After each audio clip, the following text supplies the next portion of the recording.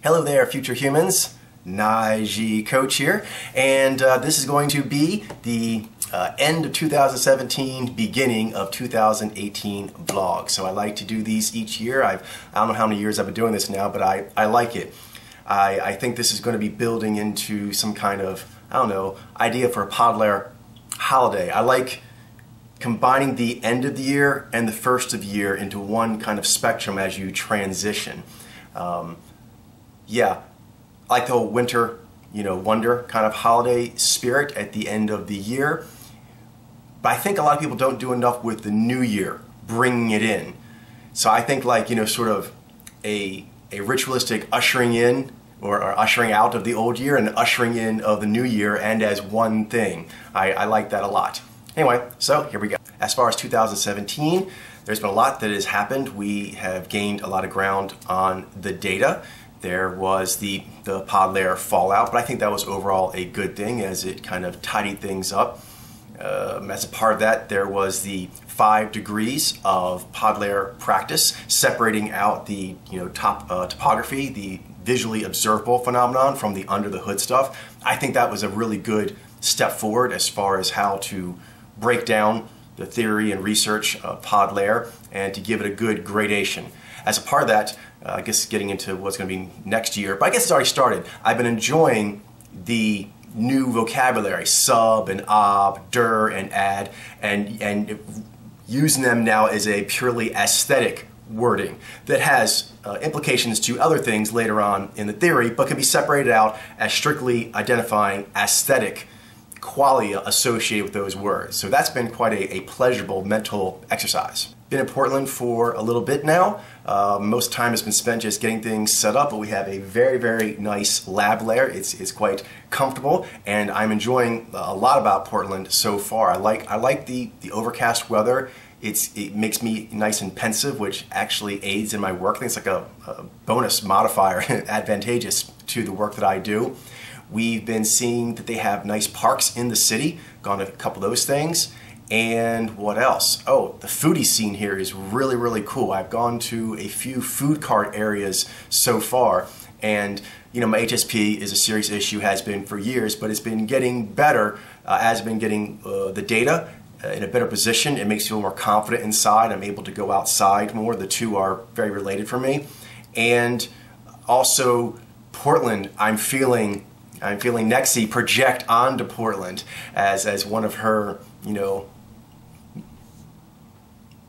artful manifestations in the world. So I just like the overall vibe. The people here seem really nice and cool. They see indie and hipster in a way, but also down to earth and very friendly. So it's a neat kind of vibe. I would say it's unique. I've been around. My memory's lousy, as we all know, but I have been around and I have still impressions of that, vague, but tonally they're there. Tonally, just the energy I get here, the vibe here, it's different than any place I've been. I really like it, and I feel a desire to explore it that I've never felt before. So I'm really curious to see what that does as far as my HSP. I know it's still going to be there, but throughout the years I've been able to get out and about when there's been something that really calls to me. And usually it's a very particular, I don't know, focus of a subject I'm interested in or some kind of other case, whatever. But here, I guess it is a case, and I think it's also obviously part of the work, the fact that it's pure, but also getting bigger. My idea of what's possible is adjusted to where canvassing, like the proprietors of different places that I go to on a regular basis, that seems like a cool bubble to do. And I think it would add to my experience, and I don't think it'll overwhelm me. I'll have to, before, I didn't like to leave my apartment much at all because I just really needed to keep the world away from me because I needed to not listen to their signals at all in order to see what I'm doing clear enough. Plus, my confidence, I'd be purifying and getting new data and wondering, is it pure enough? Wondering if I can actually get the amount of data needed into this bio CPU. I don't know if, what are the requirements for that? Do I have the processing requirements for that? So I had that nervousness, and going out in the world, that takes confidence from me. I can get a payback that is a great return on that investment, but it takes me a lot to do that, so I'm judicious. But here, I'm feeling that would be really fun to do. And it's been fun already so far, and I've been talking to people.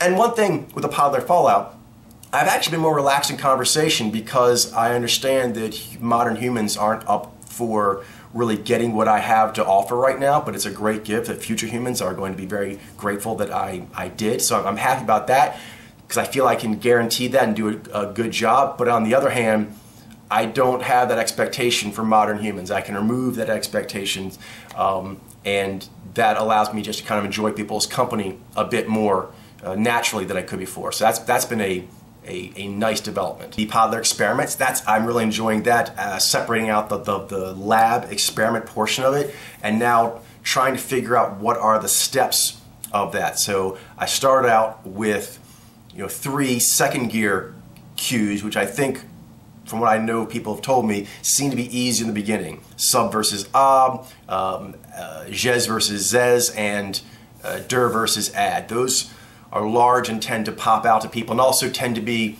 a bit easier to explain with words so their eyes can then go out and search for it and find it.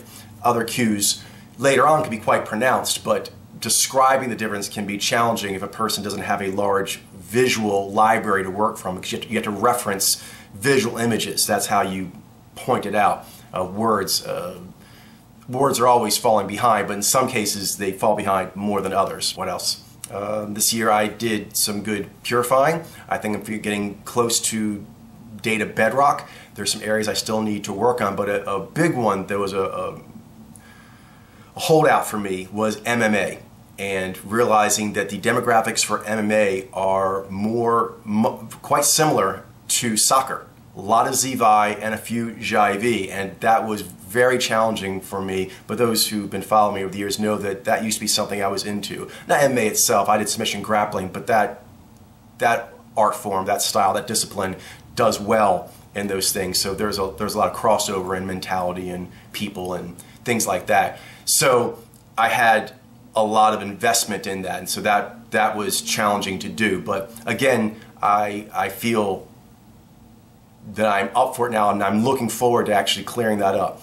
So that'll be movies, TV, comedy, music, and MMA. Those are the 5 kind of like biggest ones that I have, and they have some of the best media out there, so getting them dialed in is going to feel really, really great. And already the process is well under its way, and I'm feeling good about it, realizing that, oh, George St. Pierre is a ZVI. Wow. And some other people that I thought were something else were probably ZVI as well, and really helping me to update my conceptualization of what ZVI are. And that's why the data and observing is so important, is because conceptualizations are good. They can help give you areas in the world to go check out. They give you like, ooh, maybe you should go check this out. It's like a self-prompted idea. That's great.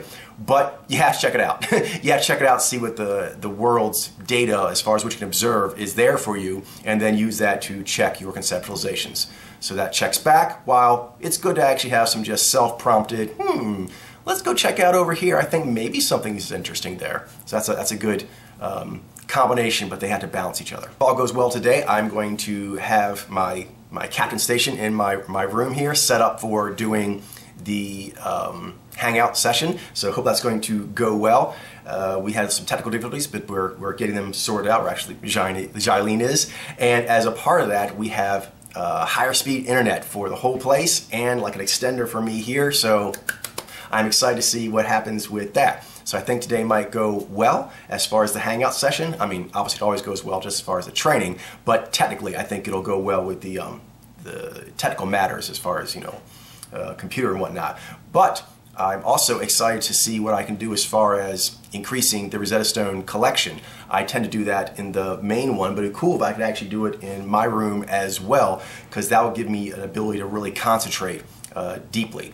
And whenever you're in an area that has more, even when I'm by myself, just being out in the more open area of the Lair Lab, I always kind of have like a little phantom, like, is someone going to walk by?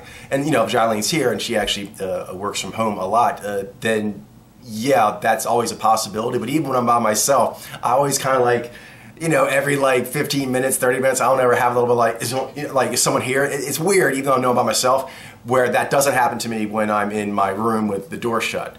There's a greater sense of letting go of what the world's doing. So I look forward to seeing what that's like with my new high-speed internet.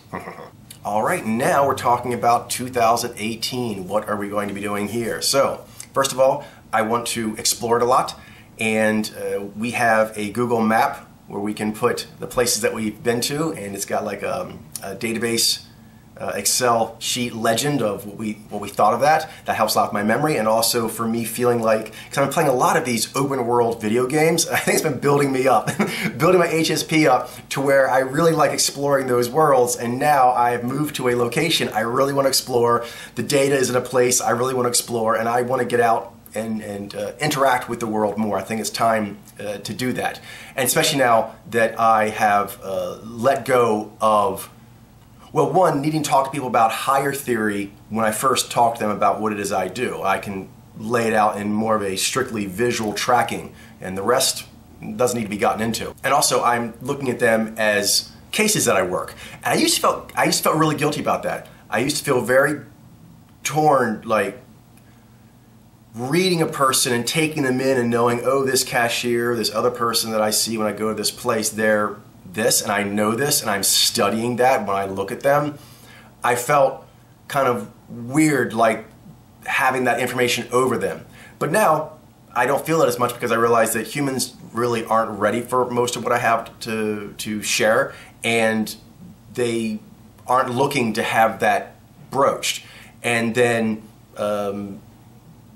after that, if I tell them that I read faces and I'm curious what the patterns mean, then they know that I'm doing that in general, and that lets me off of like, I have hidden secret knowledge about what's going on with humans, including them, that they don't know. I don't feel guilty about that, and I also don't feel pressure to make a bridge that really is likely not to be there and the person's not really going to want, which is why I usually don't.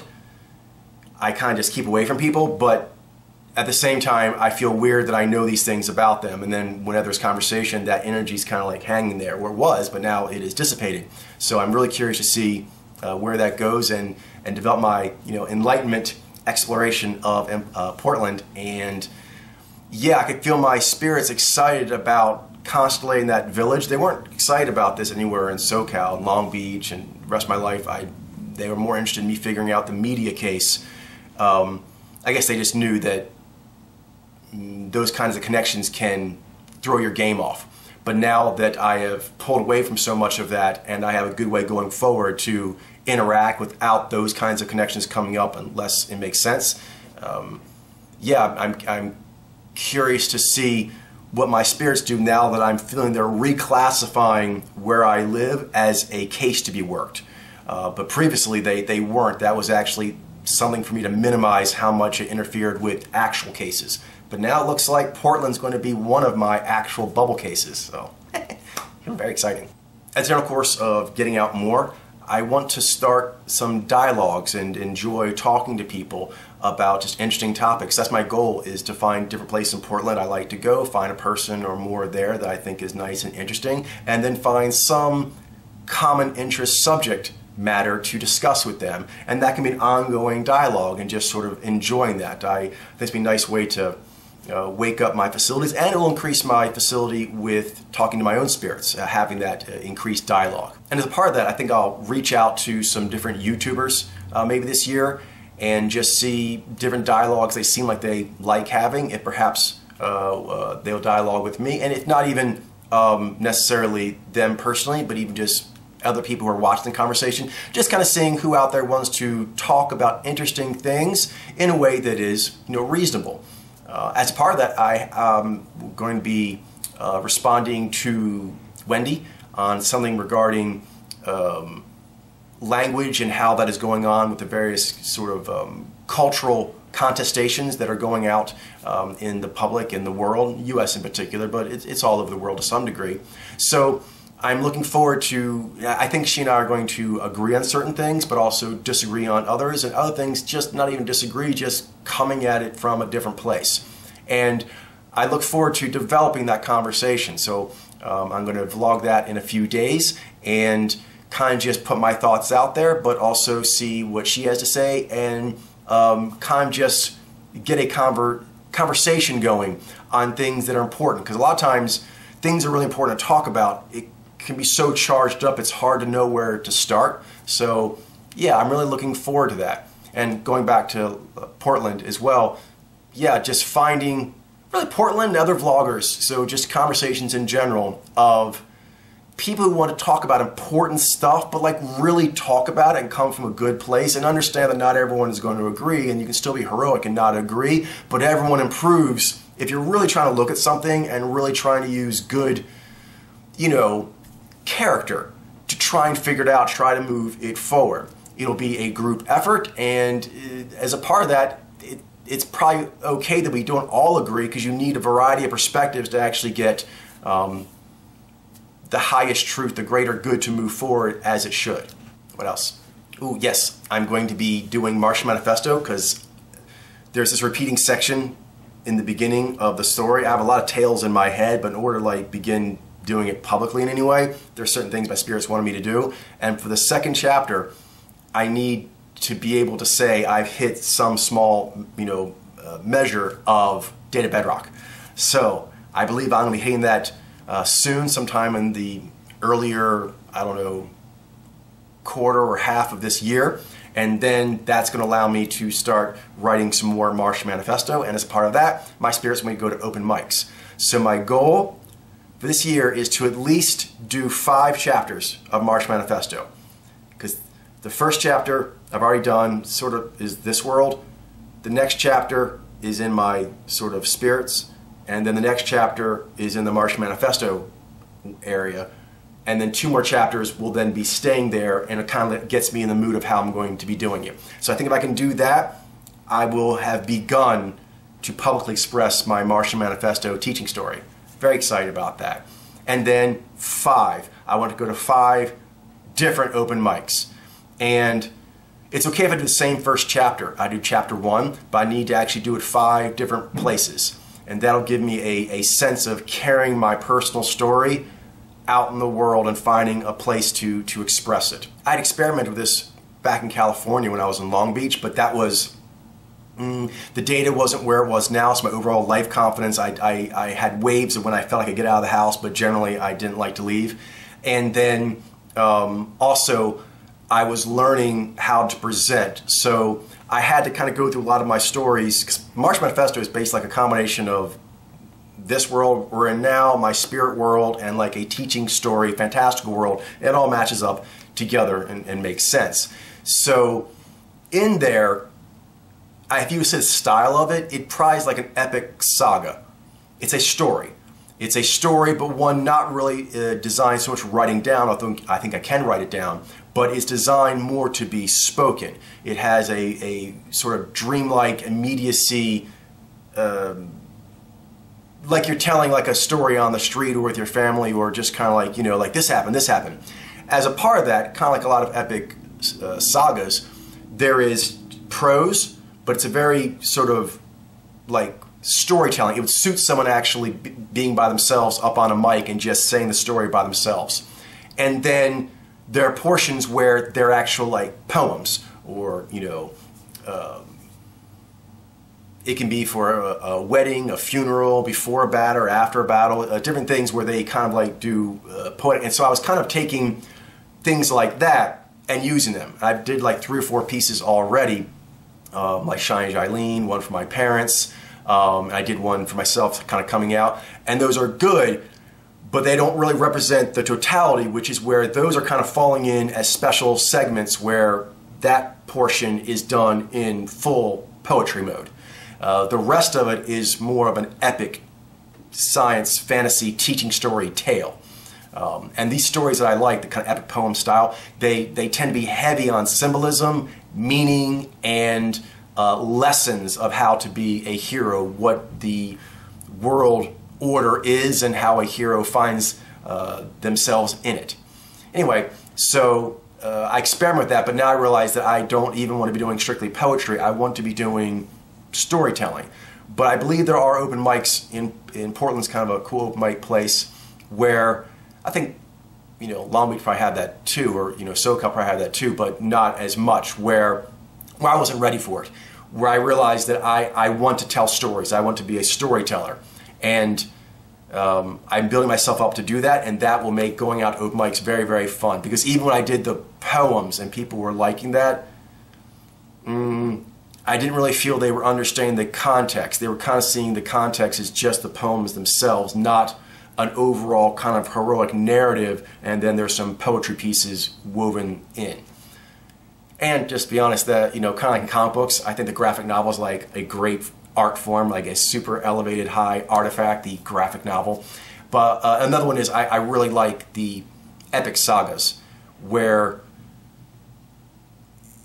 it's a tale told like you're talking to a group of people live, and you're trying to just get them to feel it and move along. And anyway, yeah, I really like that. You know, your Beowulf, you know, your Sigurd, you know, things like that, and all kind, not just like those. There's also different ones from Native American tradition, African tradition. I like it because they're very energetic, and they have a lot of bold imagery in the way they talk, and things are designed often to teach. And in the case of the Native American and the African, there is a strong association with the heroes talking to spirits, like, hello, frog, spirit of frog, and you got to like interact with the frog spirit correctly, otherwise you won't get, you know, the approval of the frog spirit energy and nature, and then, you know, your voyage across the water or whatnot won't go well. And if it does, it will go well, and that spirit will maybe come help you in time of need. You'll call out to the frog spirit that, you know, you did well by the frog spirit down by the lake, and the frog spirit said, thank you, you were good to frog spirit. When you get in trouble someday, call on frog spirit, and you can call on frog spirit. Anyway,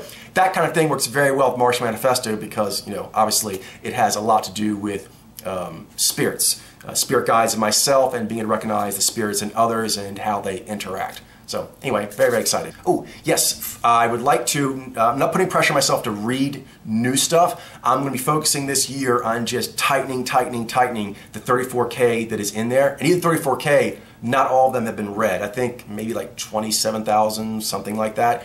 So just cranking on those. But I also want to increase the 34,000 sample size to 40,000. That's my goal. A nice clean 40 for 2018 for how many samples are actually in the overall Rosetta Stone. And then I don't have to put anything on reading them. I can do that the year after that, whatever, but I'm just going to stack and just make it nice and big and pretty and have all these wonderful human souls in there for me to go in and see if I can sculpt them or not. Oh, yes. As a part of the Data Bedrock, one of the things I get from that, I mentioned that I will be able to continue the Martian Manifesto story being written out. I understand how I'm supposed to deliver that more. That means I can do more open mics. It also means certain casework that I want to do that I put on the side, because I'm like, I want Data Bedrock before I work on that. One of them is my dad's case. I have video of my dad. He gave that to me, and I've looked at it and I have some ideas, but I don't want to close on anything. I don't want to try to like really search anything down until I get the Data Bedrock on at least the A-grade samples, and then I will get to revisit that case. My mom has not yet given me video. I hope that she does. That would be great.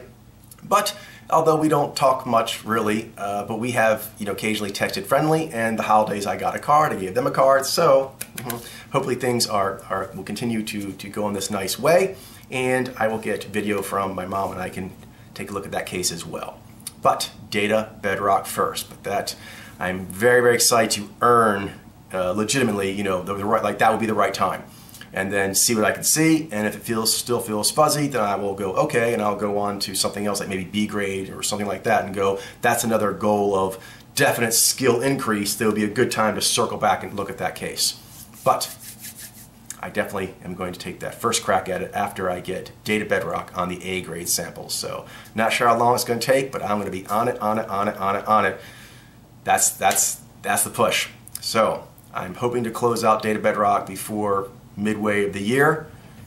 Earlier if I can, but I don't want to put undue pressure on me. But it's really coming up. The A-grade samples feel really nice and tight. But there are some areas I want to be more sure on. In particular, Vi-Z ladies and Xi-V ladies, telling them apart. I think the samples I have in there are all good, but I have very little of both those two, and they are both subprac. So they're very similar in certain ways. I'd like more knowledge of that. And then for both male and female, distinguishing the Xeni from the Xi-Vi. I can definitely tell that I can get very good at that, like I have in other things, but I can feel right now my skill on that is not where it was where it is now between Jinai and Jibai. And I know there's a period of time where that was challenging for me. I remember like soap operas and I mean, fitness and a few other things really helped me to better distinguish between the Jinai and Jibai.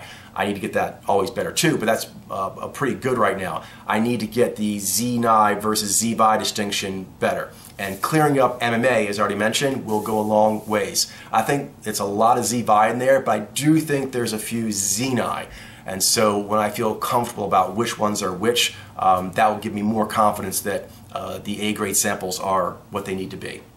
Also, as a part of exploring Portland, is that probably in a year from now, maybe a little more, but we're going to look to get an actual place, an actual house for our Lair Lab, and that'll be really, really exciting because that means we can maybe get a little cat or something, and we'll also just not have anyone above us or on the sides of us. This place is nice. I mean, I really can't complain. I mean, it's better than the place I had in Long Beach, so it's an upgrade, but it looks like actually maybe in a year or two I might get an upgrade from this as well. I mean, we'll get an upgrade together, but myself as far as being able to concentrate more and so forth. So that's very, very exciting. So that gives even more impetus for exploring Portland and seeing what area we would most like to be in. But already we've just seen so many different places. We're like, ooh, this is cool. I could definitely settle in here and do some very, very good enlightenment research. And now I'll end with a Podlair prayer. Thank you, my higher spirits, for guiding me in all ways, for being with me in all things, through my, to my other.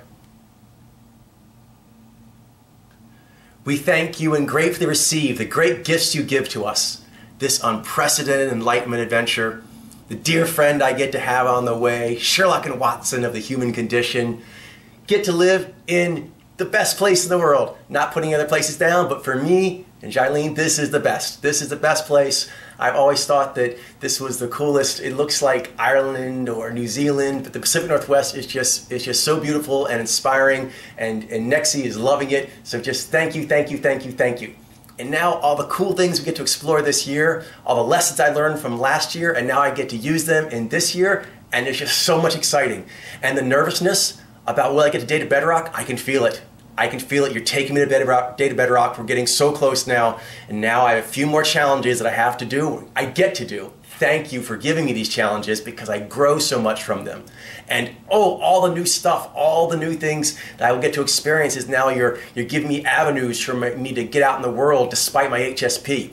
Ooh, I'm very, very, very like in awe of what it's going to be. I'm nervous, but like happy nervous. So thank you. And just thank you for blessing me in being a part of the human species. We should thank more for that. I mean, looking around, this is a sweet deal. This is a sweet, sweet, sweet deal. So thank you so much for that. And thank you for all the other wonderful things that are so wonderful, I don't even know what they are yet. And as always, your guidance towards productive harmony, going forward and upward with the flow of natural law. Podlair. Power flower. All right, let's get out there. Highest truth, one love. Let's make it a better world. You know what? Know yourself, grow yourself, save the world. Thank you, spirits. Oh, I feel reinvigorated with higher spirit. Thank you, thank you, thank you, thank you. All right, let's enjoy this day.